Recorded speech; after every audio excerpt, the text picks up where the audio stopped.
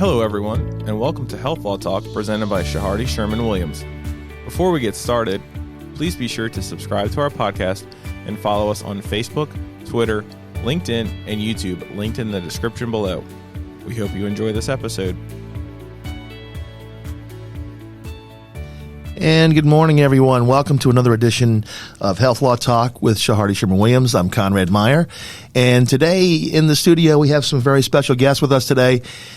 George Mueller, one of my partners here at the firm, transactional counsel, and also Dr. Alice Hoyt is in the show today. She is a board certified allergist and is the chairman and founder of the nonprofit organization Teal Schoolhouse.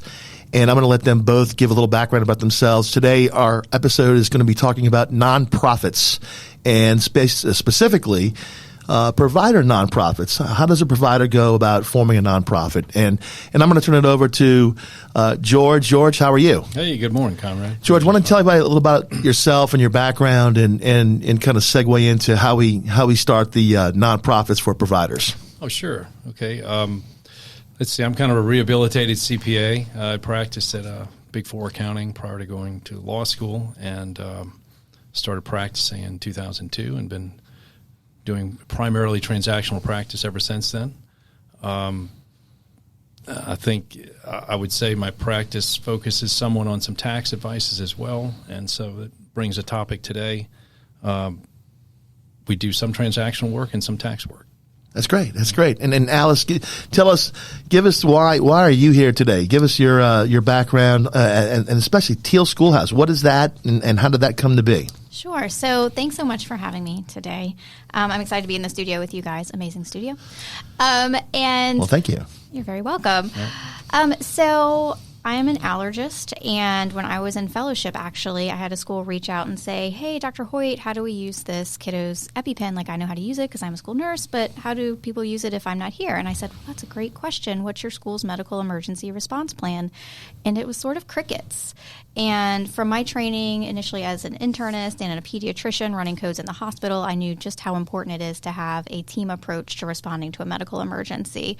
And that is how the Teal Schoolhouse and specifically the Code Anna program was born. Code Anna equips schools to be prepared for medical emergencies. And when I realized just how dedicated I was to this cause, I decided that I really needed to find a group of colleagues who felt the same, take ownership of it, create a nonprofit to support it and bring it to the levels it needs to be to help people across the country. And we're going to get more into that a little bit later about Teal Schoolhouse and specifically the Code Anna program. But real quick, how has it changed your life with respect to bringing that message out to schools and really faculty to get that message to them about how to set these emergency responses up? How has it changed from the beginning to where you are now? Well, personally, it's incredibly rewarding, but professionally, it allows me to become a better doctor ultimately. By going into communities, into schools in particular, all schools are different. You can have a K through 3 and then 3 blocks away another K through 3, and the cultures are different, the people are different, their approaches to challenges and their challenges are different. And so by working with people, whether they're teachers, whether they're school nurses, whether they're students, I'm able to hear what people's anxieties are regarding medical emergencies, regarding medical issues in general, and then help sort of bring them from their point A to a point B of understanding what a medical emergency is, understanding medical issues in general, which I think just helps us all when we all have a better understanding of what is food allergy, what is asthma, what is a cardiac condition, and helps alleviate anxiety when schools are being prepared for a response. Excellent. And you can't just go down to the local store and say, hey, I want to form a nonprofit. They're a little more complicated than that. And so I want to kick it to George. George, when you're talking about putting one of these together, how do we form these? Where do we start? Sure.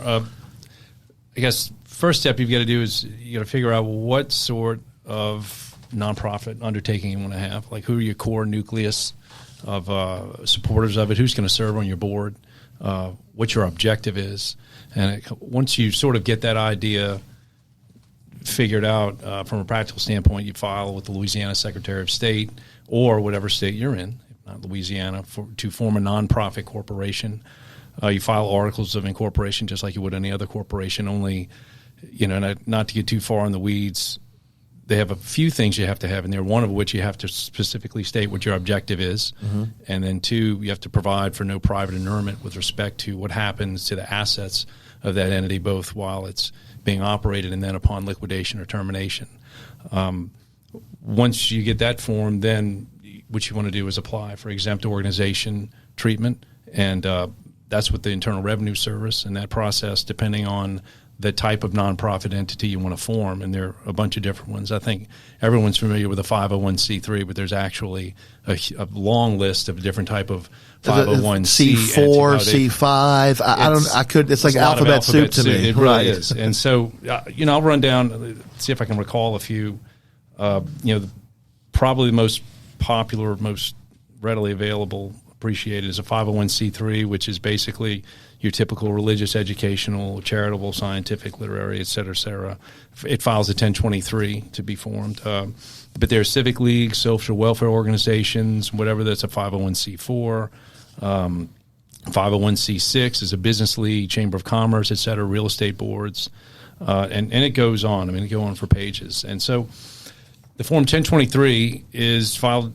Those have recently migrated to online because of COVID, and now I think they're just exclusively online with few exceptions. It's an information intake, and it basically asks you all the questions you could possibly think of about what's the name of the entity, what's the purpose of the entity, how are you going to raise money, what are you going to do with that money, what are the goals and purposes, what are your expected budgets, who's going to be in governance, who's on the board, what sort of employees you're going to have. Basically anything you'd ask someone who wants to form a company, only it's got to fit into the specific requirements of no private inurement, and depending on what you do with that money, like if you're going to do grants, if you're going to award money to people, if you're just going to give money based on your purpose, then you've got to have it in your governance documents, and it's all got to be reflected in your application. But it's not simply just like an LLC. I mean, LLC you can fill out in the form, but I mean, it's a lot more involved than that, isn't it? No, right? and the 1023 is several pages long. It gets pretty granular in the type of information it asks for.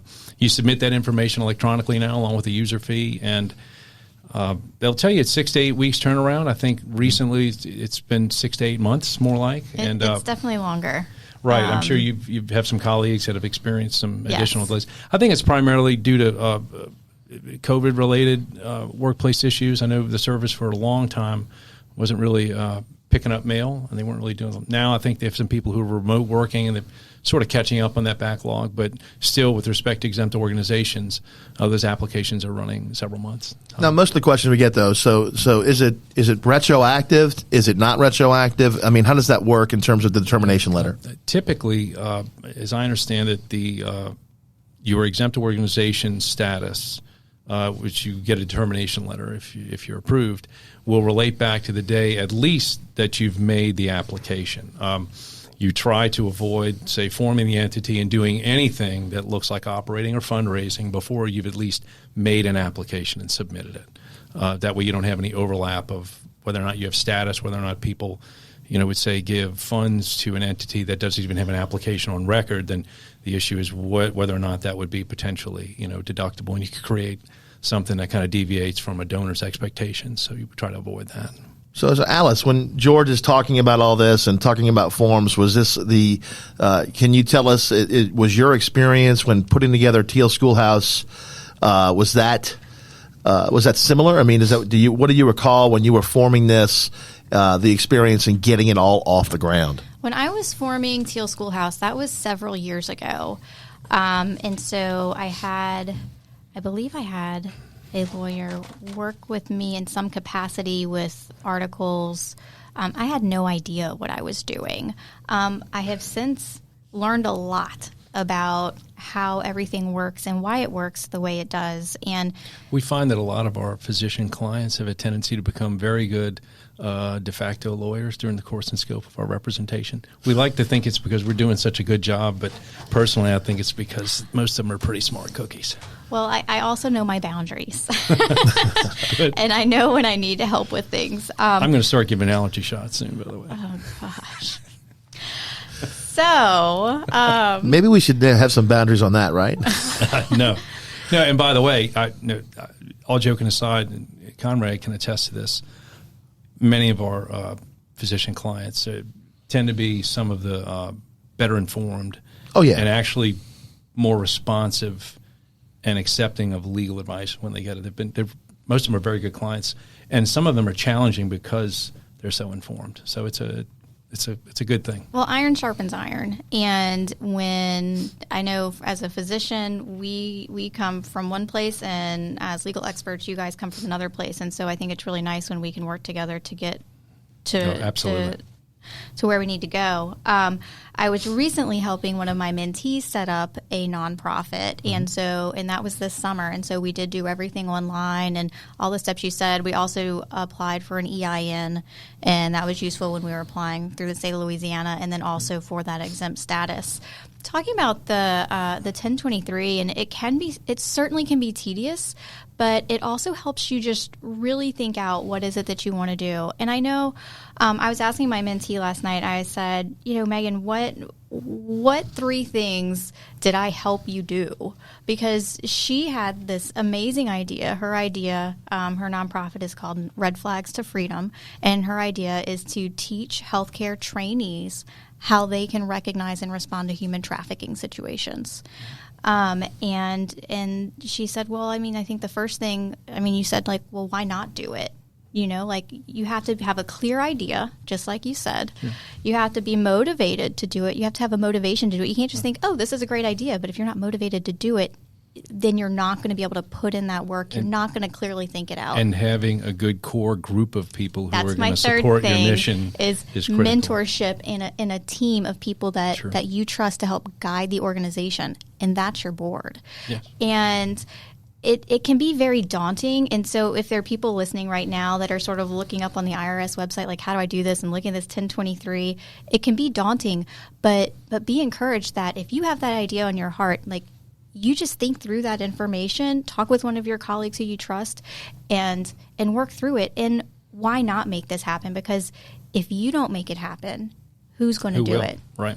And to your point about the forms being very helpful, I had a tax professor who's a practitioner in town. One of the things he would say, instead of going through textbooks and a bunch of arguments and cases, he'd say, well, did you read the instructions on the form? Mm-hmm. And you're like, well, and so I always try to do that, and it's been so helpful. And to your point about, when you first asked about, well, what do you do? How do you form one of these things? I didn't say, oh, you go file articles. No, there's a business planning component. You've got to identify exactly what you want to do, who's going to be doing it. And that 1023 almost looks like one of those business capstone classes where you've got to start a business or tackle some significant thing and do a startup. It walks you through it. It forces you to think about it.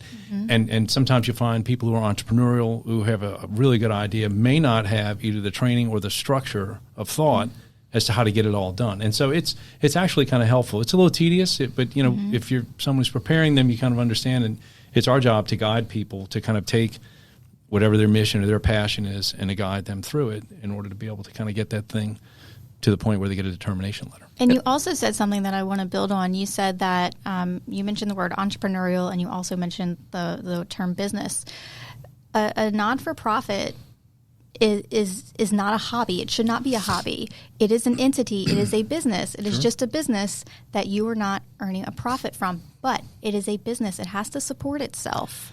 They definitely need to accumulate budgetary excesses in order to be able to support future operations. Right. And so with that said, any nonprofit, it can be something that provides medical services. It could be something that provides education or anything like that, but it can't just run on its own. And you can even pay salaries to employees in the nonprofit to make it run. One thing, and I know we didn't touch on this earlier, but I remember a long time ago when Form 990 came out, and that was a big deal in nonprofits, especially with healthcare entities. So I know we didn't talk about it, we didn't touch about it in the materials when we were looking at this, but if you don't mind, George, what's Form 990 and how does it interact with nonprofits from the 50,000 tree foot view here? Sure. Depending on the type of entity, it's a reporting requirement where basically you report the results of operations. Depending on size, a lot of your smaller nonprofits used to be exempt. Now I think they may all have to file a short version of it or a longer version of it. But a lot of your larger health systems, whatever, to the extent they're a nonprofit. They've got to report all the results of operations on Form 990. Gotcha. And so when we get to that, what does, and I guess to Dr. Hoyt's point, does the service delivery of the nonprofit, is that similar, dissimilar as a maybe for-profit? Does it change the services if you're a nonprofit, or does it stay the same? What, in your view, what in terms of the services that you're wanting to deliver, does the status of a nonprofit versus profit change the service? The service should, of course, be in line with the mission of the organization, but regarding quality of service, absolutely not. Just like if you're going to a for-profit hospital versus a not-for-profit hospital, there is a standard of care, and so you should always be delivering the best possible product or service possible, regardless of your tax status. Okay, and so one of the biggest things, I think, George, to your point, to fund ongoing operations, there needs to be core communication, development, and things like that. So what advice from the transactional counsel would you give to the client with respect to how do you do that? Yeah. What do you do? It starts with maybe understanding that typically nonprofit healthcare entities have a tendency to be a little bit more mission-driven rather than purely profit-driven. But the great equalizer is supposed to be standard of care. You're not going to treat a sick patient any differently if you work at Hospital X's for-profit system versus a nonprofit X. There may be limitations insofar as where you're located and funding available in terms of standard of care, but that's supposed to be neutral to funding, right? Except for when maybe you just can't afford things. But to my knowledge, I think when you look at how you set up an entity, you were talking about setting up nonprofits. It seems to me that a lot of the nonprofits who operate in healthcare are either large health systems or they're specific to organ procurement or a specific disease or a specific cause. Much like any other nonprofit outside of the healthcare arena, they have a tendency to fill a need, an identified need where the current system doesn't fully address need in underserved communities. I mean, we certainly in the city of New Orleans, I think to some degree, parts of New Orleans are considered an underserved community. So there's an absolute need for nonprofits in healthcare to be able to provide necessary care to all of our citizens, right, on a quote-unquote cost-neutral basis, so to speak. And so, Dr. Hoyt, you have founded a successful nonprofit, the Teal Schoolhouse, and one of its primary programs, from talking to you earlier before the show, is a program, Code Anna, and you mentioned it earlier in your discussions.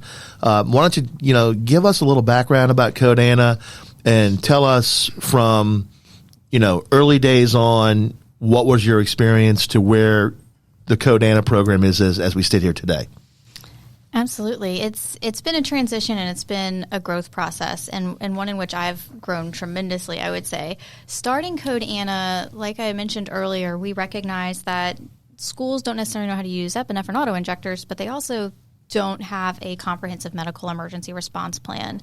So we have worked for the last 5 years to create educational programming targeting primarily schools and also early child care entities to teach schools sort of two different things. One, how can you have a comprehensive medical emergency response plan like a fire drill, but a medical drill? Let me interject real quick. So are you finding that most schools that you're interacting with on the Code Anna program do not have some sort of an emergency response plan in place?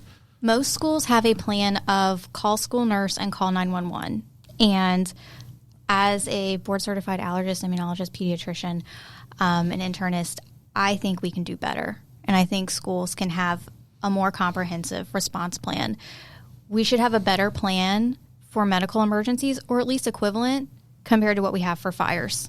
Because what's more likely, a medical emergency or somebody having a trauma on the football field, somebody having anaphylaxis in the cafeteria, someone having sudden cardiac arrest on the basketball court. So from your standpoint, what Code Anna would help with these schools is to develop that plan so that, in other words, you're just not waiting for 911 to arrive, and who knows how long that could be. That's exactly right. And you're talking about vital time for children and having that ability to respond. That window of response. Absolutely. Exactly. And so that's what Codana does, and you're finding that there's a huge need for that. Is that correct? Absolutely. Across the country. In some of the work that we've regardless of socioeconomic status of the school, too. Right. That's an important point to make. You had made a point earlier about, you go to different schools and they could be blocks away from each other and they treat things completely differently.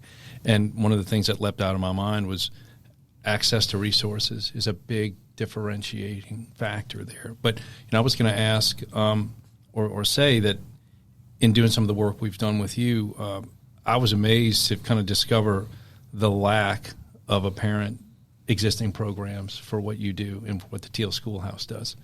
You would have really thought that this would be more well-developed, more disseminated, more readily available. Well, it's always when something bad happens, people suddenly pull the magnifying glass out and say, okay, well, what's the protocol for when this bad adverse outcome happens? And someone says, we just dial 911.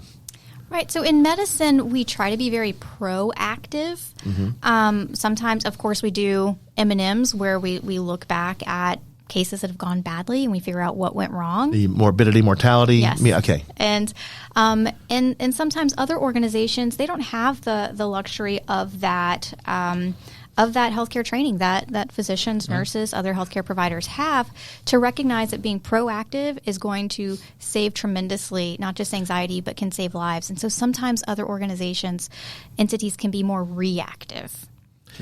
And that's what Codana does. And real quick, what is the penetration Codana has now across the country? We're in multiple states. We have multiple programs in multiple states. I've talked primarily today about our Medi-Ready program or medical emergency response planning. We also get in the weeds with laypersons in particular, helping them recognize particular medical emergencies. Our most popular program is our online epinephrine training program, so that once you respond to the medical emergency, we teach you the response. But once you get that team of adults there, then how exactly do you use an EpiPen? We also help schools with finding access to resources for AEDs, really just helping schools be prepared for a medical emergency. And how many schools have, from the time that you started the Codana program to today, how many schools have you touched with this program? More than 5? Oh, yes. So between more than 50? Yes. Between early child care centers, we have a very strong presence in New York City, schools in Virginia, Ohio, really across the country, thousands. That's incredible. I mean, talk about carrying out your mission, because the core mission has always been the same, but look at the growth from start to today. That's amazing.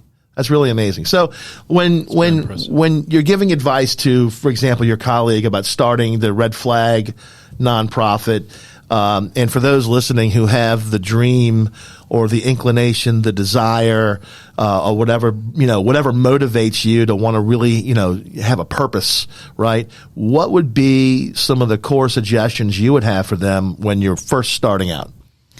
I think the first thing, once you decide that this is what you want to do, then educate yourself.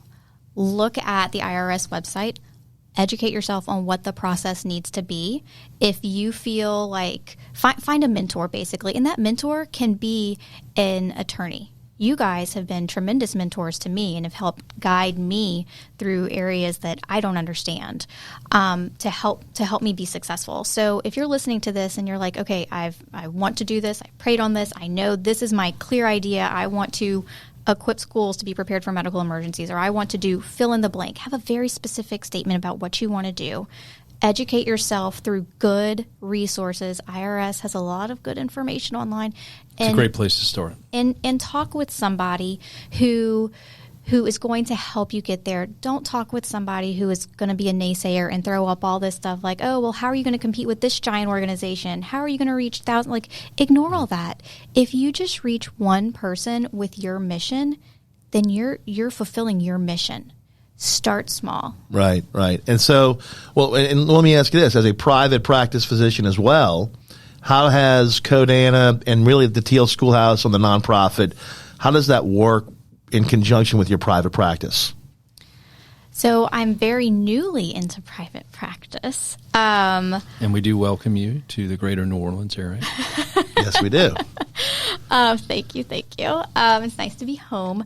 So I just say welcome back. Thank you. Right. So we'll see how it works. I know I'm already itching to get down. Is that some allergy humor you just put in there? I'm itching to get on Metairie Road. That's where my practice is, and work with the schools there, and really get involved in the community. That's really one of the things I was so excited about coming back to New Orleans is I knew that I could really get involved in the community. But having worked for Cleveland Clinic, Vanderbilt, I started Code-Ana at University of Virginia. It's been very exciting to incorporate this sort of medical education is really what it is, and I had an award through the American Academy of Allergy, Asthma, and Immunology on educator development. I was going to ask, how much of the education you do you deal with, say, parents of children who are first discovering or learning about this type of allergy or the type of allergies that give rise to? In my practice, that right now is 100% of what my practice is. In my previous practices at different organizations, I have focused a lot of efforts on food allergy. And a lot of times what happens is a kiddo has a reaction. They go to the ER. The ER might refer them to an allergist, or they might go to their pediatrician who refers them to an allergist. And really what breaks my heart is that time between when that child has that reaction and until they get to see me and talk with me or one of my allergy colleagues to help that family understand what happened to your child. To give them that knowledge, to take that kind of anxiety away and at least give them a path forward. Because I can debunk myths like, oh, if you see peanut butter, your child's going to have an allergic. I can debunk myths. Right. I can help guide them to live and enjoy their life while we also manage this chronic issue. To your point about being proactive, as a parent of two children, I think one of them has had someone who had a peanut allergy in their class. I found that what was most effective was simply the messaging that the parents did in a measured way, but in an effective way, to say, hey, look, when all the parties, the pizza parties are bringing food for snack, and all these interactions where all these foreign sources of food are going to be introduced or available.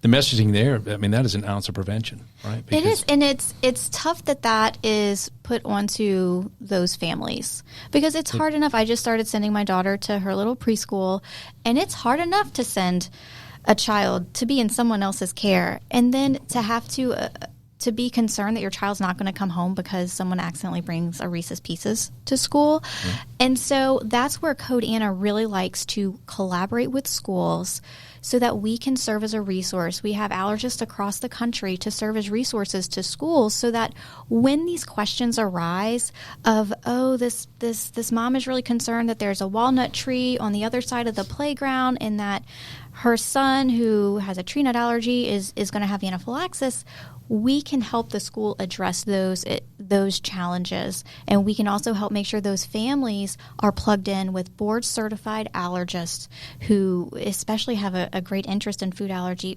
really, again, to just help people have an understanding of their disease process.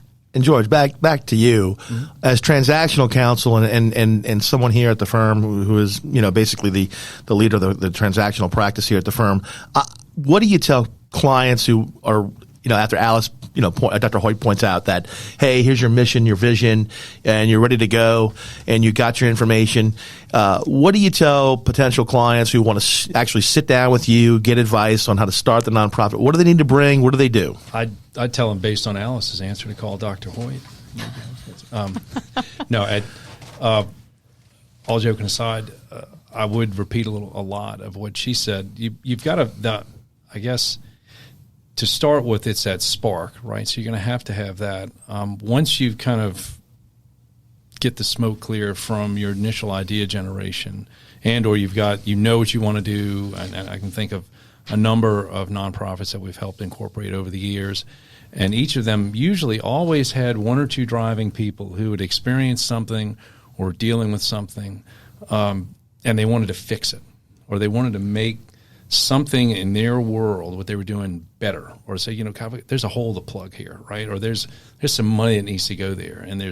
And so once you've found that, it is sort of like throwing meat on the bone at that point. Then you've got to walk through the initial formation process, and you've got to kind of solicit that initial core group of people and how you're going to, assign different roles. And then walking through the Form 1023 is a big help. It forces you to go through that loom and get it all straight insofar as how you're going to govern the entity, where your money's going to come from, how you're going to solicit, what you're going to do with that money, and what your purposes are going to be.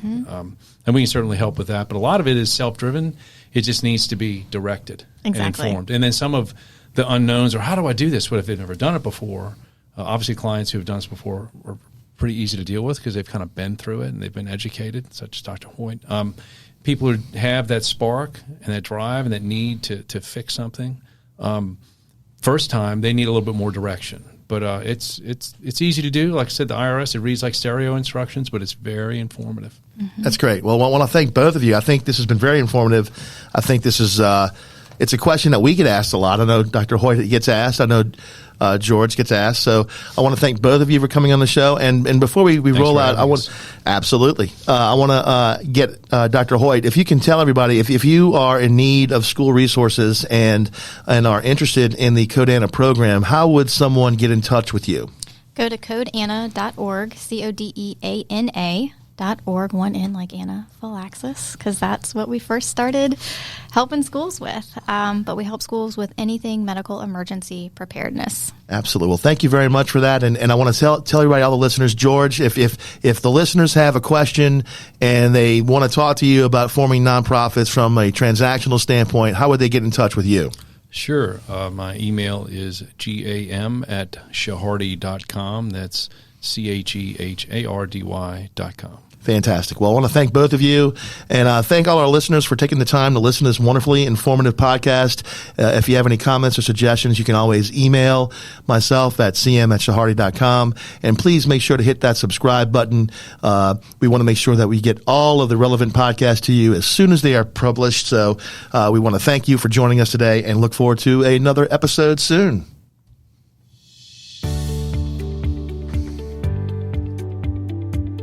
Thank you for listening to Health Law Talk presented by Shahardy Sherman Williams.